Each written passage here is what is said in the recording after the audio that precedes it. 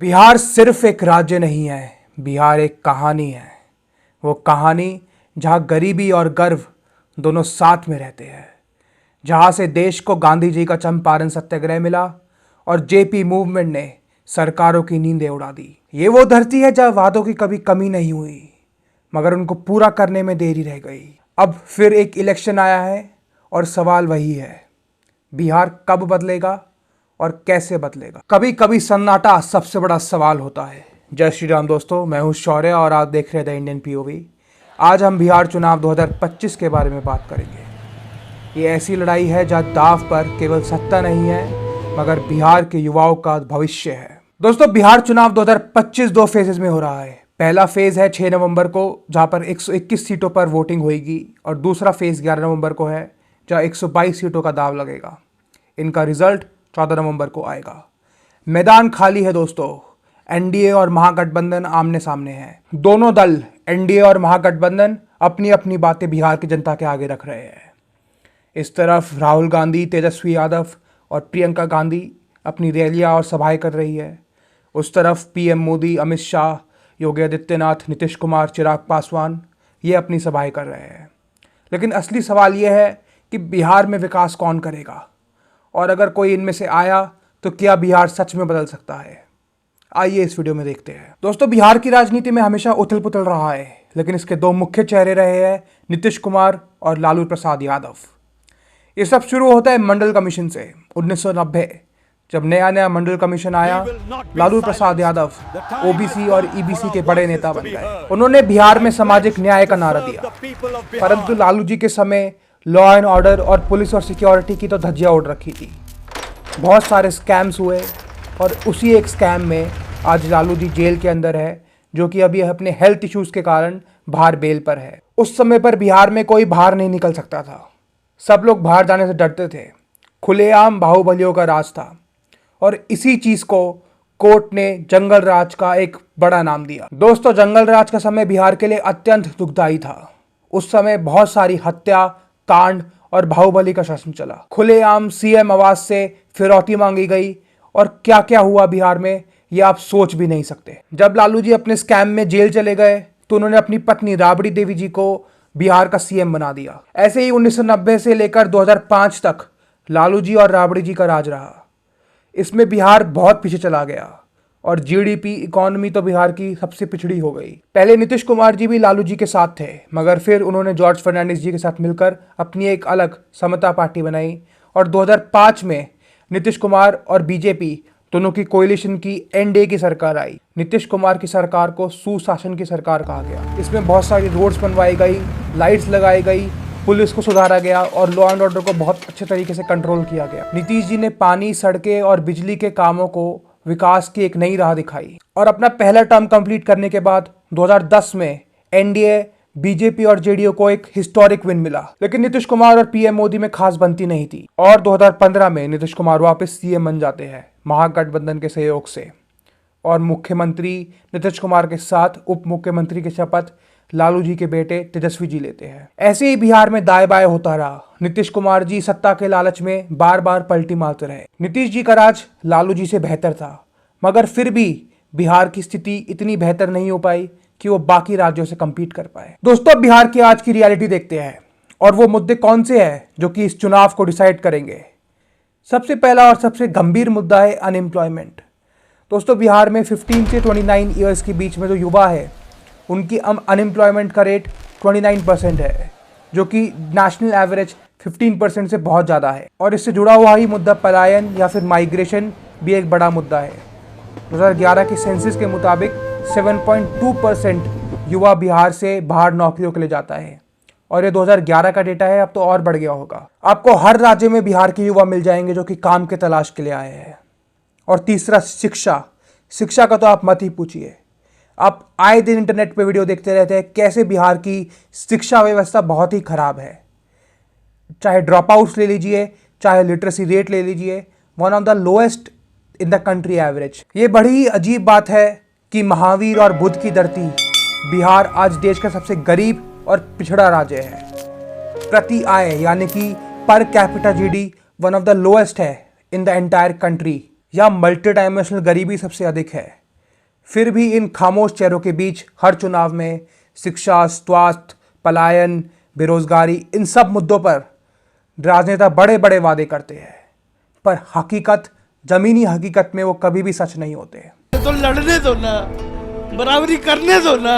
जमुना तीरे राता को शाम नहीं आयो रे। अब अगर बिहार के वोटर्स की सोच के बारे में बात करें तो सबसे पहले महिलाएं वेलफेयर और सेफ्टी चाहती है। दोनों पक्षों ने महिलाओं के लिए बड़े बड़े वादे किए हैं। एनडीए ने 10,000 रुपये महिलाओं के खाते में जमा करा दिए इलेक्शंस के अनाउंस से पहले, जिससे वो अपना रोज़गार स्टार्ट कर सकती है, और अगर रोज़गार अच्छा चले तो 1 लाख से ऊपर की रकम और दे सकते हैं। दूसरी तरफ तेजस्वी यादव ने 2500 रुपये प्रति माह मैया सम्मान योजना के तहत वादा कर दिया है और कह रहे हैं कि मकर संक्रांति पर पूरे 12 महीने के पैसे एक साथ मिल जाएंगे। दोस्तों, महिलाएं वोटर एक बड़ा वोट बैंक है, लेकिन ट्रेडिशनली ये नीतीश कुमार और मोदी जी के साथ जाते हैं, क्योंकि नीतीश कुमार ने शराबबंदी कर महिलाओं के लिए एक अच्छा काम किया है, और ये 10,000 की योजना जो कि डायरेक्ट ट्रांसफ़र हो चुकी है ऑलरेडी महिलाओं के बैंक अकाउंट में, वो भी एक बड़ा फैक्टर है। दूसरा बड़ा वर्ग है युवाओं का।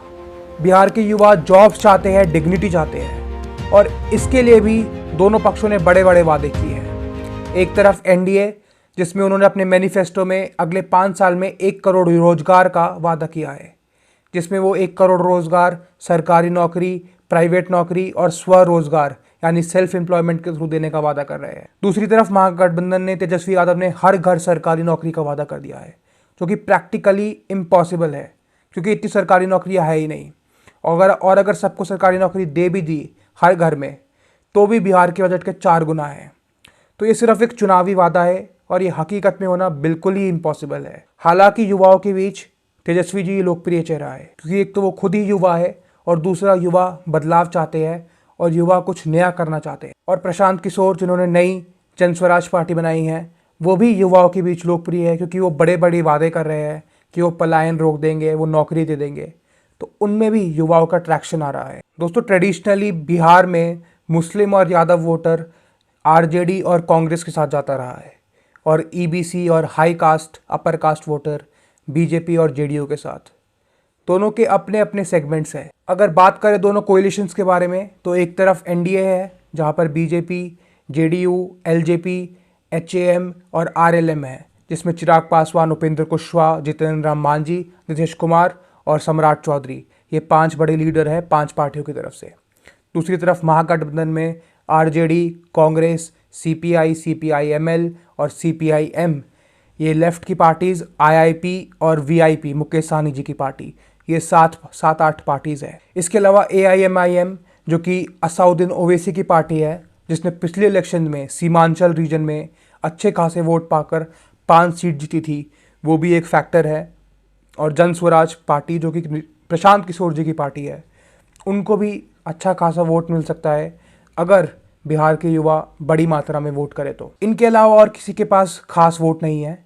हालांकि लालू जी के लड़के तेज प्रताप यादव जी, जो कि अपनी खुद की पार्टी बनाकर लड़ रहे हैं, वो अपना चुनाव जीत सकते हैं।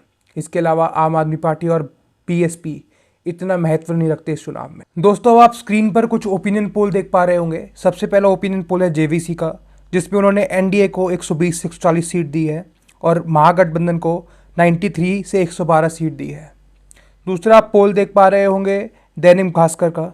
दैनिक भास्कर ने एनडीए को इससे भी बड़ी लीड 153 से 160 की दी है और महागठबंधन को 75 to 84, और इन्होंने जनसुराज को 0 से 2 सीट्स दी है। तीसरा आप ओपिनियन पोल ट्रैकर का देख पा रहे होंगे, जिन्होंने जेवीसी और दैनिक भास्कर दोनों से बिल्कुल ही विपरीत जाकर एनडीए को 111 से 115 सीट और महागठबंधन को 118 से 127 सीट दी है।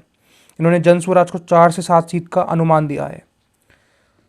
दोस्तों, ये तो अलग अलग ओपिनियन पोल है। हालांकि ज़्यादातर ओपिनियन पोल एनडीए को एज दिखा रहे हैं।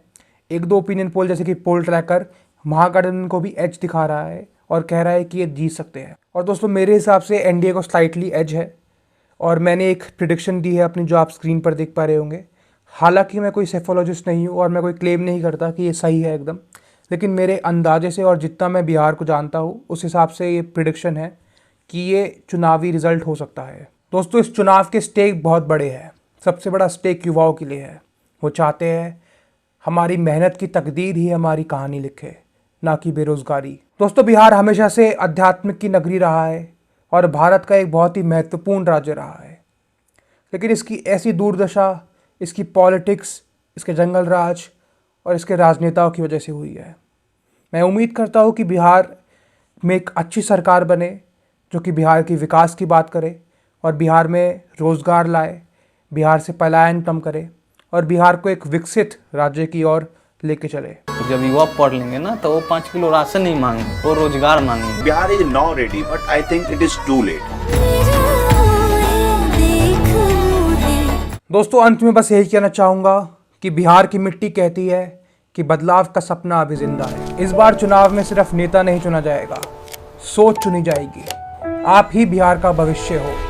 वोट सोच कर दो, समझ कर दो, अपने बिहार राज्य के विकास के लिए दो। दोस्तों इस वीडियो के लिए इतना ही। कमेंट्स में बताइए कि आपको क्या लगता है बिहार में क्या बदलाव होगा और क्या होना चाहिए। अगर आपको वीडियो अच्छी लगे तो लाइक करिए, शेयर करिए, सब्सक्राइब करिए। मिलते हैं एक नई वीडियो के साथ। जब तक के लिए जय श्री राम, जय हिंद।